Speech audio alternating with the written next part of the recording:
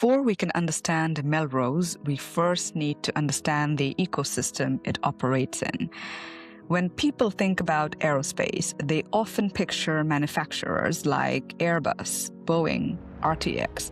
But behind every major aerospace business sits a very different layer of organizations. Yes, the owners. And not all owners create value in the same manner. Some, as you see on the left, are large industrial conglomerates. Aerospace is one business among many, sitting alongside defense industry, automation, or industrial technologies. And aerospace's advantage comes from its scale, capital, and diversified portfolio. The second group, you will see the second group consists of specialist investment firms and private equity. Their objective is to acquire businesses, strengthen operations, and increase enterprise value over time. The third group is where today's story actually begins. These organizations do not simply buy companies, they buy complexity, in my opinion. They specialize in taking industrial businesses that are underperforming, restructure them, they improve the operations, and ultimately create value through transformation rather than financial engineering alone. Melrose sits squarely in this category. The acquisition of GKN Aerospace was never just an investment. It was a commitment to transform one of the world's most technically demanding manufacturing businesses. Finally, we have long-term strategic investors and sovereign wealth funds on the fourth side, on the fourth group here.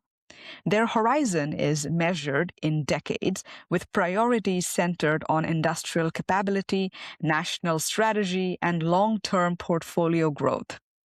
Now, here's the observation I would like you to remember. Every one of these organizations can acquire an aerospace company. The legal transaction is largely the same. But what differs is what happens after the signatures are complete. That is where transformations succeed or fail. An acquisition changes ownership overnight, and operational integration takes years. Engineering must align with manufacturing. The supply chains must align with commercial commitments. Digital systems must support decision-making across global programs, and organizational structures have to evolve without disrupting products that may remain in service for 30 or 40 years. And that is why I believe enterprise architecture and supply chain architecture deserves a place in conversations about mergers and acquisitions, not because they close deals, but because they determine whether the value promised during the deal is ever realized afterwards. Melrose provides an exceptional case study because its success depends not only on owning GKN Aerospace, but on integrating and continuously improving one of the most complex industrial enterprises in this whole world. And that is the lens through which we will examine the rest of this presentation. Every executive has experienced this. A program is late, margins are under pressure, another acquisition is taking longer than expected, engineering asks for more people, IT proposes another system, procurement wants another supplier review. Each issue arrives separately, so naturally we solve them separately. But what if they aren't separate at all? Imagine visiting a doctor. You don't walk in saying, "I need surgery." You describe symptoms. You have chest pain, fatigue, high blood pressure. The doctor isn't treating the symptoms. They're looking for the disease that connects them. Large organizations are no different. Nobody says we need enterprise architecture. Instead, they say we are firefighting every week. What's working? What Why is working capital increasing? Why do acquisitions never deliver the expected synergies? Why does every important decision require another meeting? Those questions are only symptoms, and this slide groups those symptoms into 11 areas: finance, operations, people, executives, customers, suppliers, technology, mergers and acquisitions, innovation, culture, strategy. Nothing seems important, and every department believes it has its own problem. Finance sees shrinking margins, operations sees unstable schedules, engineering sees constant design changes, procurement sees supplier issues, IT sees disconnected systems, HR sees collaboration problems. Each function is correct in their own hemisphere, in their own periphery, but each is looking at the organization through its own window. Architecture asks a different question.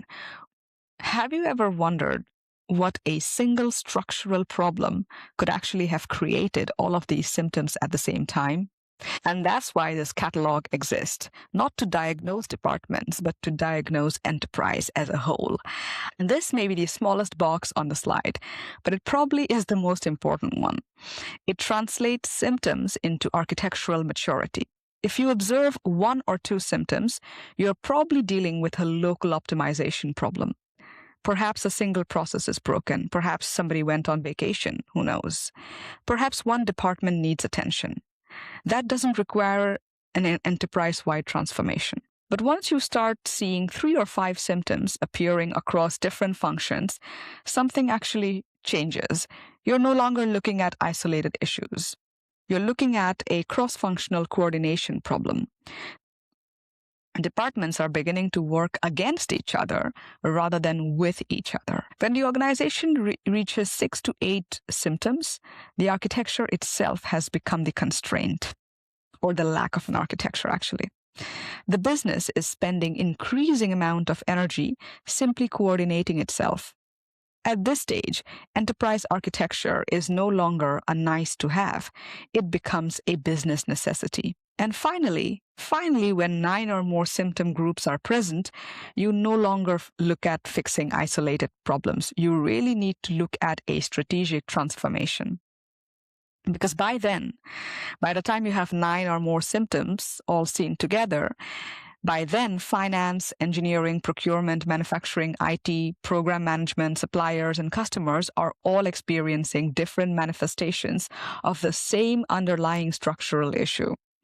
This diagnostic model is important because it changes the conversation. Instead of asking, which department should we fix, executives really need to begin asking, what is this about the way our enterprise is designed that allows all of these symptoms to actually exist simultaneously? That is the moment architecture moves from being an IT discipline to becoming a business strategy. The pattern is remarkably consistent. When information moves slowly, people compensate. When processes don't connect, departments compensate. When systems don't integrate, Excel compensates. When governance becomes unclear, meetings compensate. The organization continues operating, but it becomes increasingly expensive to coordinate. And those coordination costs eventually appear everywhere. It's in the P&L, in delivery performance, in employee frustration, in customer experience, and ultimately in shareholder value. Enterprise architecture is not about documentation. Supply chain architecture is not about logistics. Together, they define how information, decisions, materials, responsibilities, and value flow across the entire business. When the architecture is healthy, most of these symptoms disappear naturally. When it isn't, every department ends up treating symptoms instead of solving the disease, accumulates over years and perhaps even decades. Probably a good moment to explain to my audience that this video, even though it talks about aerospace, it is still within the capital equipment market. So this video is definitely as applicable to aerospace as it is to the semiconductor industry, the medical device industry, the automotive industry, and any other industrial manufacturing or industrial machinery industry out there. All right, this slide is probably the most information-dense slide in this entire presentation. So let me explain how to read it. At first glance, it looks like ranking of aerospace companies, and it is ranking. It's an attempt, but it's doing something even more. It's an attempt to measure something that almost never appears in financial statements: architectural stress. Every enterprise has two balance sheets. The first is the financial balance sheet: revenue, profit, cash flows, margins. That's the one investors analyze every quarter. The second is the architectural balance sheet. It isn't published anywhere. You have to infer it from the signals companies leave behind: transformation programs, supplier recovery initiatives, operating model redesign, ERP modernization, quality improvement campaigns, integration programs. These are all individually announcements that seem very ordinary, but collectively, they reveal how hard the organization is working just to coordinate itself. And that is what the scorecard measures. Before looking at the companies, you have to notice something else. Demand is not the problem. Airbus delivers 766 aircrafts. Look at that, 766 aircrafts. RTX generated over 80 billion in revenue. And the global aerospace orders continue to grow. Safran is hiring more than 4,000 people every year, and by 2028, it's going to get. Safran is hiring more than 2,000. Safran is hiring more than 4,000 people by 2028. This is an industry with customers, capital, and decades of demand ahead of it. Yet almost every major aerospace company reports remarkably similar operational changes: supplier instability, production constraints, quality escapes, transformation, capacity limitations. And that repetition is interesting. It's different products, different companies, different customers, and yet very similar organizational symptoms. Now look at the center of the slide, please. Each company has been assessed by yours truly using publicly available information from annual reports, investor presentations, and major announcements. The score isn't about judging whether a company is good or bad.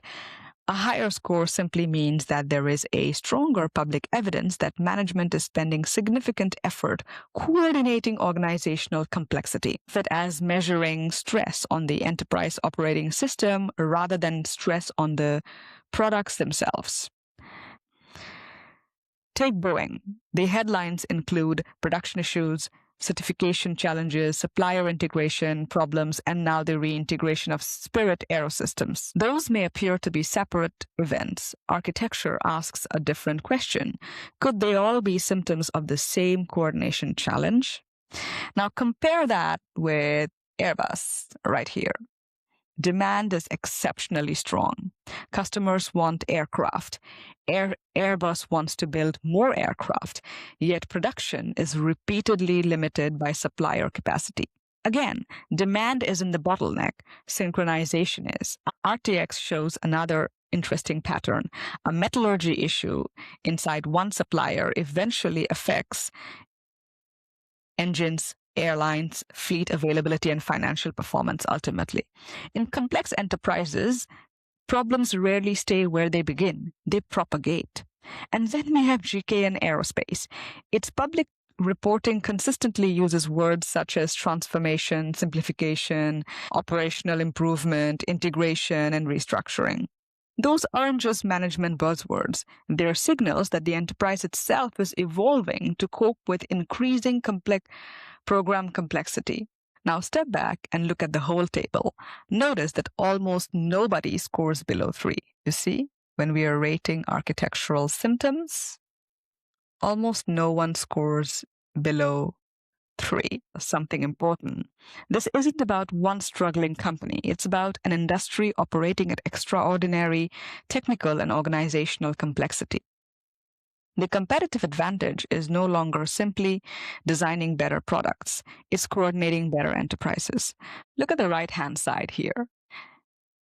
This is where architecture becomes finance. There is no accounting line called architectural debt. Instead, investors see these consequences: lower return on invested capital, higher working capital, margin pressure, slower cash conversion, delayed acquisition synergies, repeated transformation programs. Finance tells you what happened. Architecture often explains why. That brings us to what I believe is the central message of this slide. Program complexity has outgrown the enterprise nervous system, and that is why departments aren't failing independently. Engineering, procurement, quality, manufacturing, and finance are often reacting to the same underlying coordination problem from different viewpoints. That accumulated coordination burden is what I call architectural debt. Unlike financial debt, which compounds through interest, architectural debt compounds through coordination mistakes. Every spreadsheet, every manual workaround, every duplicated approval, every disconnected system, each one solves today's problem while quietly making tomorrow's organization harder to manage. The solution isn't another transformation program.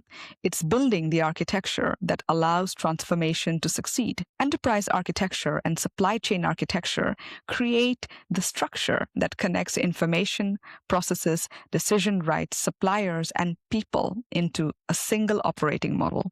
Without that structure, growth increases friction. With it, growth becomes leverage. So the real purpose for this infographic isn't to rank aerospace companies.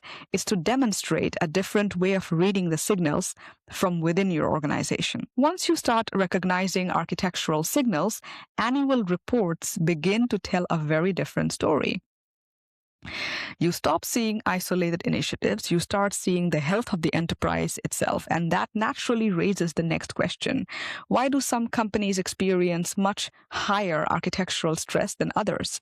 To answer that, we need to look at the business model behind those organizations, especially companies that grow through mergers and acquisitions. This slide, even though I have taken examples from the aerospace companies, this is truly applicable to the semiconductor industry. It's applicable to the automotive industry. It's 100% applicable to the medical device industry. It is 1000% applicable to all the industrial machinery development companies out there. So please take heed, pay attention, and share this video, and definitely contact yours truly, Prachurya Bharadwaj, through the website or through my email. This slide asked whether architecture matters. This slide asks something more uncomfortable. Can we actually see architecture working? For the last decade, virtually every major aerospace company has announced programs around enterprise architecture, digital thread, integrated operations, digital engineering, operational excellence, or supply chain transformation. Read enough annual reports and they will all tell the same story. Everyone promises integration. Everyone promises visibility. Everyone promises simplification. So I wanted to ask a very different question. It's not who has the best strategy, because everyone is dignified, everyone is smart in this industry, but which organizations actually could convert those architectural ambitions into measurable business performance? And that is what the table on the left is trying to reveal. Notice what I have deliberately compared. Not 1 year versus another, but the final position before the major architectural announcement and the final position several years afterwards. Revenue, operating margin, free cash flow, these aren't architectural metrics. They're business outcomes. And beside them, I have added what I call the architectural read-through, not what management claimed, but what the numbers appear to be saying. Now, something fascinating begins to emerge. Some organizations translate architecture into stronger operational performance. Look at GE Aerospace, Rolls-Royce, Safran, Airbus. They have all got different histories, different products, and different strategies, yet all show improving margins, stronger cash generation, and increasing operational discipline. Architecture in these cases appears to have become an economic asset. Others tell a different story. You can take Boeing as an example. Its vision did not lack digital engineering or model-based enterprise or digital thread. It definitely had ambitious initiatives, yet supplier instability, production disruption, certification challenges, and quality issues eventually actually overwhelmed the organization. And this wasn't an engineering failure, it was a coordination failure. The enterprise became more complex than its architecture could comfortably absorb. RTX tells another interesting story. The merger questionably created scale. Financially, it worked, but then a metallurgy issue inside Pratt & Whitney propagated through airlines, maintenance providers, regulators, investors, and customers. One technical issue became an ecosystem-wide event. Architecture reduced complexity. It couldn't eliminate system risk. That's an important lesson. Architecture doesn't prevent every crisis. It determines how resilient an enterprise becomes when crises inevitably arrive. Let's look at the right side, because this is where the picture changes completely. We often analyze aerospace companies individually, Airbus, Boeing, RTX, Safran, all of them. But that isn't how the industry actually behaves. The aerospace industry functions as a living network. Every aircraft program spans hundreds of suppliers. Engine manufacturers serve multiple airframers. Technology companies support several OEMs simultaneously. Bank finance multiple programs.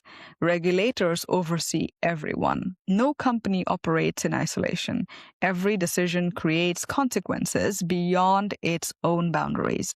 So once you see the industry as a network, you begin seeing something else. Problems don't stay where they begin. They propagate. A supplier misses production targets, and OEM loses delivery slots. Airlines adjust schedules. Maintenance providers change capacity. Financial forecasts are revised.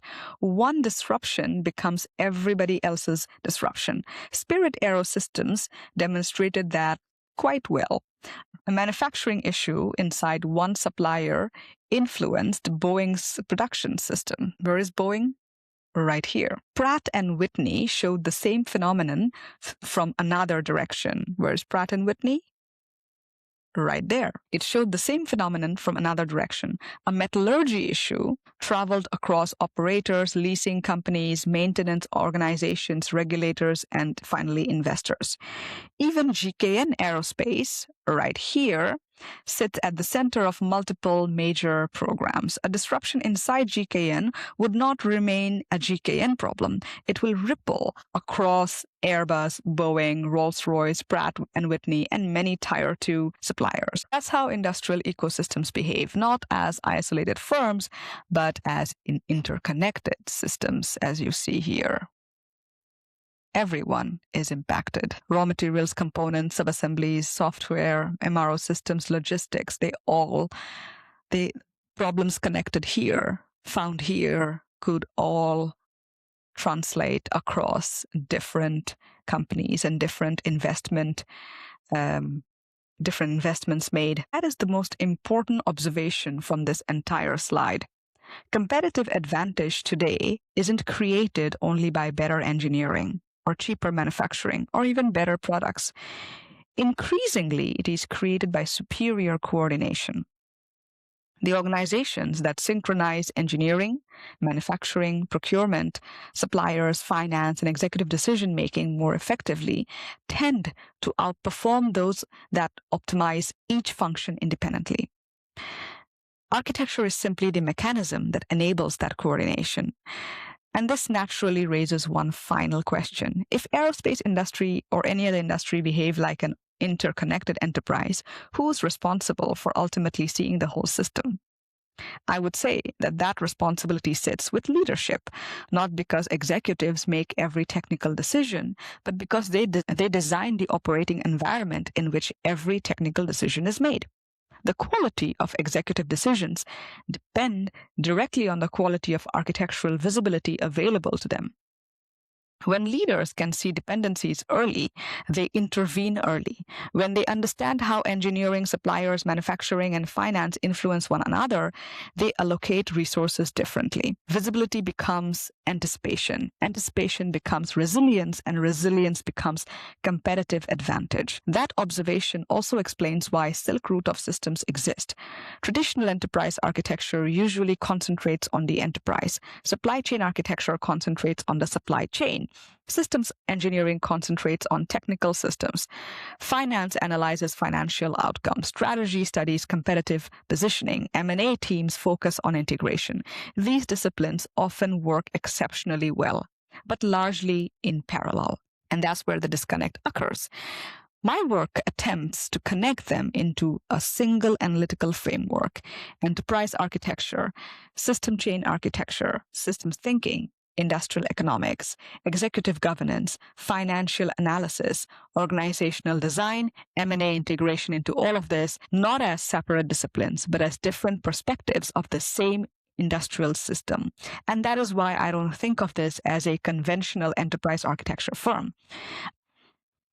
I think of Silk Route of systems as enterprise systems intelligence, the discipline of understanding how information, decisions, organization, supply chains, and economics interact to determine industrial performance. With that perspective in mind, let's turn to our case study in the next episode, Melrose Industries, because the transformation of GK Aerospace gives us an opportunity to watch these principles play out in the real world. So in the upcoming episode, I'm going to talk in detail about GK and Aerospace and Melrose Industries. In the upcoming slides, we're going to talk about Melrose Industries. But once again, everything discussed in this video could be very well applicable to literally all other capital equipment industries. Please bear that in mind.